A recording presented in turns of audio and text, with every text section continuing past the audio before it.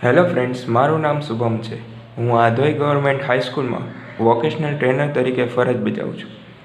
હવે આપણે જે વિષય ભણવા જઈ રહ્યા છીએ તેનું નામ છે ઇલેક્ટ્રોનિક્સ અને હાર્ડવેર.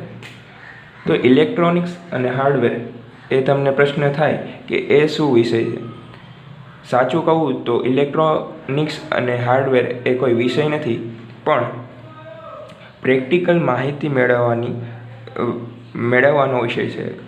તો પ્રેક્ટિકલ માહિતી તમને ભવિષ્યમાં કામમાં આવે એના માટે ગુજરાત સરકારે આ વિષય આપણા અભ્યાસક્રમમાં ઉમેરેલો છે. તો સૌપ્રથમ આપણે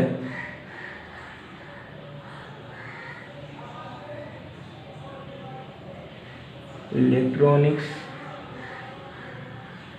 અને હાર્ડવેર.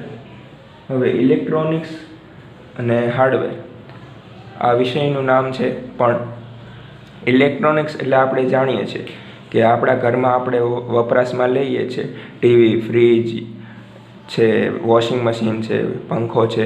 તો આવું બધા વીજ ઉપકરણોને આપણે ઇલેક્ટ્રોનિક્સમાં ગણી શકીએ. અને તેમાં હાર્ડવેર એટલે શું? તો હાર્ડવેર એટલે કે અંદર આપણે જે નાના વીજ ઉપકરણો લગાડેલા હોય છે તેને આપણે હાર્ડવેર કહીએ છીએ. તો આ વિષયમાં આપણે એ જ ભણવાનું છે, વિદ્યુત વિષય ભણવાનું છે. વિદ્યુતના જુદા જુદા બીજા ઘણા મુદ્દાઓ છે અગત્યના, તેના વિશે આપણે ચર્ચા કરીશું. અને ત્યારબાદ હાર્ડવેર એટલે કે ઇલેક્ટ્રોનિક્સ વસ્તુઓમાં અંદર આપણે ખોલીને જોઈએ તો કઈ કઈ વસ્તુઓ છે, તેનું કાર્ય શું હોય છે. તો આ બધી વસ્તુઓ આ વિષયમાં આપણે શીખવાના છે. તો આ વિષય એક શીખવાની બાબત તો છે જ, પણ એક પ્રેક્ટિકલ નજરથી જોવામાં આવે તો આગળ ભવિષ્યમાં જ્યારે તમે કોઈ પણ નોકરી માટે જશો કે કોઈ પણ ઇન્ડસ્ટ્રીમાં કામ કરવા જશો તો આ વિષયની જાણકારી હશે તમને, તો ખૂબ જ તમને ફાયદો થશે. તો એના માટે આપણે આ વિષય ભણવા જઈ રહ્યા છીએ. તો સૌપ્રથમ ઇલેક્ટ્રોનિક્સ અને હાર્ડવેરમાં આપણે સૌથી મૂળભૂત બાબતો હવે આજે આપણે ડિસ્કસ કરવા જઈ રહ્યા છીએ. મૂળભૂત બાબતોમાં સૌથી પહેલો ટોપિક છે અણુ. તો આપણને સહજ પ્રશ્ન થાય, સૌથી પહેલાં આપણે તો અણુ શું છે એ જાણતા નથી. તો અણુ છે એ કોઈ પણ પદાર્થનો, હું આ પેન વાપરું છું તો આ પેન પણ નાના અણુઓનું બનેલો હોય છે. આપણે જેમ આપણે એક ઉદાહરણ, આપણી કહેવત છે કે ટીપે ટીપે સરોવર ભરાય, એમ દરેક અણુઓનું બનેલો દરેક પદાર્થ નાના અણુઓ ભેગા થઈને બને છે. તો આ પેન પણ ઘણા બધા સૂક્ષ્મ અણુઓ ભેગા થઈને બનેલો હશે. તેવી રીતના આ પન્નું છે, પેજ છે, એ પણ સૂક્ષ્મ અણુઓનું બનેલું હોય છે અને તે ભેગા થઈને એક પેજની એટલે કે કાગળની રચના બનાવે છે. તો અણુની વ્યાખ્યા શું હોય?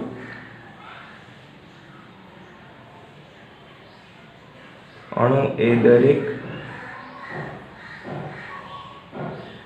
પદાર્થનો નાનામાં નાનો મૂળભૂત કણ છે. મૂળભૂત કણ હોવાથી દરેક પદાર્થમાં અણુ તો રહેલા જ હશે. હવે આપણે અણુ વિશે તો વાત કરી લીધી, પણ અણુ દેખાતો કેવો હશે, અણુની રચના કેવી હશે એ પણ જાણવું જોઈએ ને. તો અણુની રચના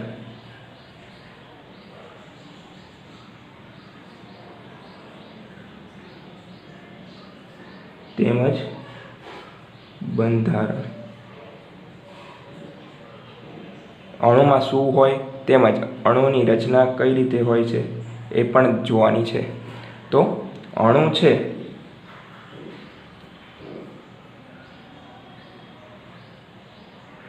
અણુ એ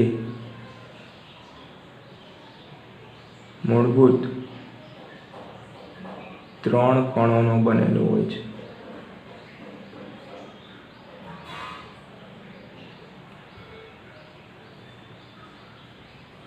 હવે દરેક પદાર્થનો નાનામાં નાનો કણ છે એ અણુ છે, અને અણુમાં પણ 3 કણોનો અણુ પણ 3 કણોથી બનેલો હોય છે. તો એ કયા છે એ કણો એ જોઈ લઈએ. પહેલું છે એમાં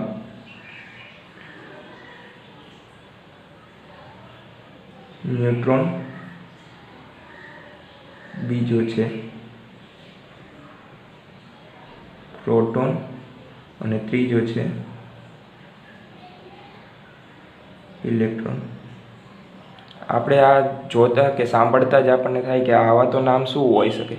તો ન્યુટ્રોન છે આ આપણે એક યાદ રાખવાની બાબત છે, કારણ કે આ આપણે વસ્તુ ક્યારેય જોઈ શકવાના નથી, કારણ કે અણુ છે એ આપણે માનવીની આંખ જોઈ શકતી નથી, કારણ કે એ ખૂબ જ સૂક્ષ્મ હોય છે. તો કોઈ પણ નાનામાં નાનો પદાર્થ આપણે લઈએ તો પણ એ કરોડો કે એનાથી પણ વધારે અણુઓનો બનેલો હોઈ શકે. એટલે આપણી આંખ છે તે કણુને અલગથી જોઈ શકવા સક્ષમ હોતી નથી. તો આપણે આ બધું જ આપણે જે અણુ ભણી રહ્યા છીએ, તો અણુને આપણે એક ધારી લેવાનું છે કે અણુ આવો પ્રકારનો હશે. હું તમને રચના પણ બતાવું છું, પણ એ રચના ઉપરથી તમારે અંદાજો લગાવવાનો છે કે અણુમાં આ પ્રોટોન છે, ન્યુટ્રોન છે, કે આ પદાર્થ છે એમાં આવા નાના નાના સૂક્ષ્મ અણુઓ રહેલા હશે. તો સૌપ્રથમ ન્યુટ્રોન વિશે વાત કરીએ. એના પહેલાં આપણે અણુની રચના જોઈ લઈએ કે ન્યુટ્રોન, પ્રોટોન અને ઇલેક્ટ્રોન એ અણુમાં કઈ રીતે ગોઠવાયેલા હોય છે.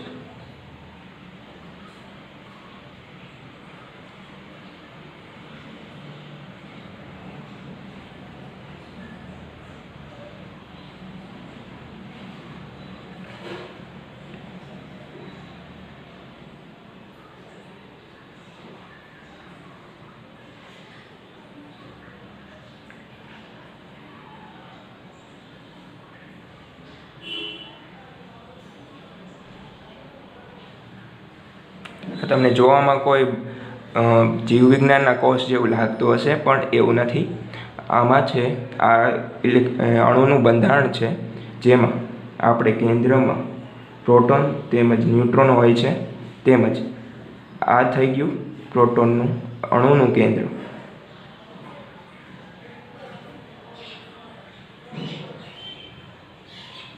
અણુનું કેન્દ્ર તેમજ આ અણુની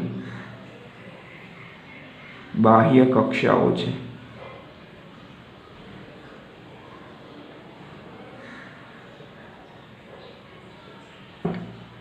તો પ્રોટોન તેમજ ન્યુટ્રોન એ અણુના કેન્દ્રમાં રહેલા હોય છે, તેમજ પ્રોટોન અને ન્યુટ્રોન અણુના કેન્દ્રમાં રહેલા હોય છે, જ્યારે ઇલેક્ટ્રોન છે એ અણુની બાહ્ય કક્ષામાં ભ્રમણ કરતા હોય છે. એટલે આપણે જો અહીંયા દર્શાવીએ તો ઇલેક્ટ્રોનને ઈ વડે હું દર્શાવું છું. તો ઇલેક્ટ્રોન છે આવી જુદી જુદી કક્ષાઓ રહેલી હોય, તો એમાં એ ગોળ ગોળ ભ્રમણ કરતા હોય છે. એટલે કે બાહ્ય કક્ષામાં અણુના બંધારણમાં બાહ્ય કક્ષામાં ઇલેક્ટ્રોન રહેલા હોય છે, તેમજ અણુના કેન્દ્રમાં પ્રોટોન તેમજ ન્યુટ્રોન રહેલા હોય છે. હવે ન્યુટ્રોન છે એ વીજભારની દ્રષ્ટિએ તટસ્થ હોય છે. વીજભાર શું હોય છે તે આપણે આગળ જતાં જોશું, પણ અત્યારે તમારે એક ધ્યાનમાં રાખવાની બાબત છે કે ન્યુટ્રોન હોય એ તટસ્થ હોય છે, પ્રોટોન હોય એ ધન વીજભારિત હોય છે, તેમજ ઇલેક્ટ્રોન છે એ ઋણ વીજભારિત હોય છે. એટલે જ આપણે ઇલેક્ટ્રોનનો ઈ દર્શાવ્યો છે, તેમાં ઉપર નિશાની ઋણની બતાવેલી છે. તેમજ પ્રોટોન છે તો પ્રોટોનનો પી આવશે અને એના ઉપર ધનની નિશાની, કારણ કે તે ધન વીજભારિત છે. તેમજ ન્યુટ્રોન કોઈ પણ વીજભાર ધરાવતો નથી, એટલે કે વીજભારની દ્રષ્ટિએ તટસ્થ છે, નહીં ઋણ કે નહીં ધન. તો તેને આપણે ખાલી ન્યુટ્રોનનો એન દર્શાવ્યો છે, પણ એના ઉપર કોઈ પણ નિશાની દર્શાવી નથી. તો આ થઈ ગયું અણુનું બંધારણ.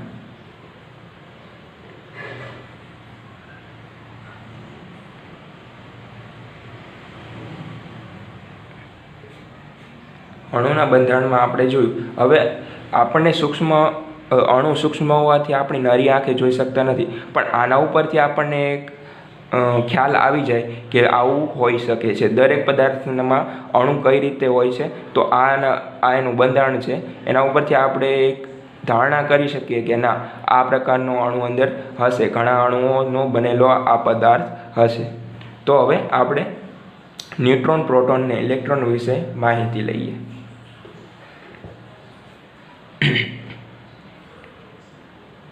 સૌપ્રથમ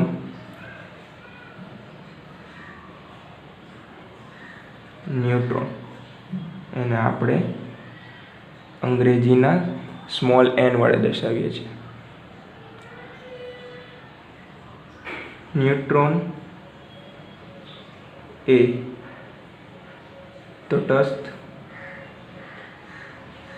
વીજભાર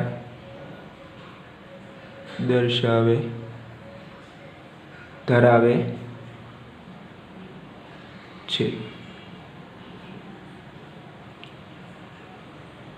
ન્યુટ્રોન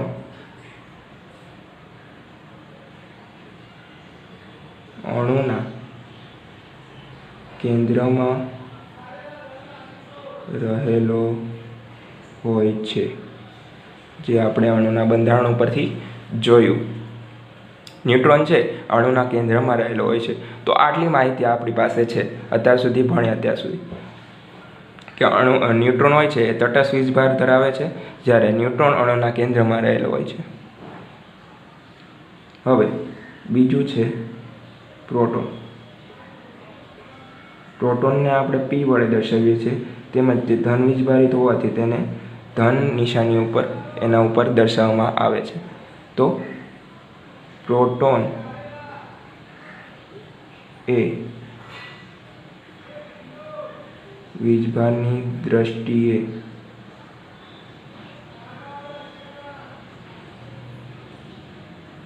ધન છે, તેમજ તે પણ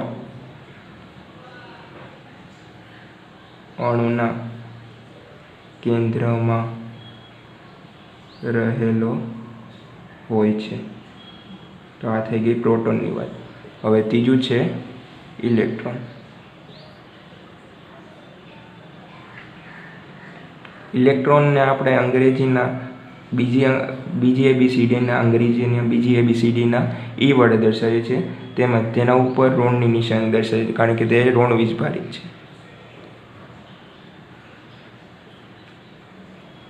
ઇલેક્ટ્રોન એ ઋણ વીજભારિત કણ છે. તે અણુની બાહ્ય કક્ષામાં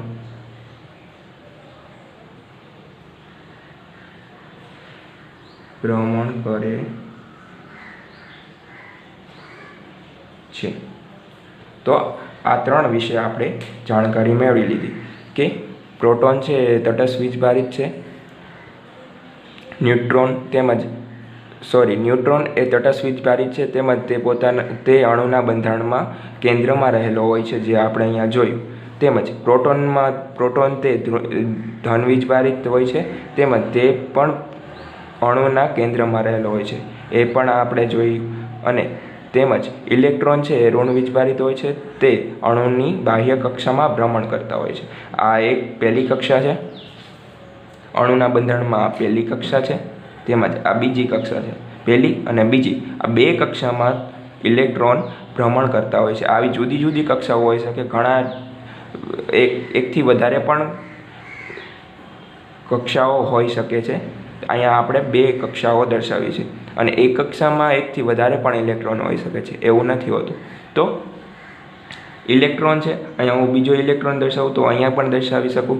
અહીંયા જે પ્રમાણે પદાર્થ હશે,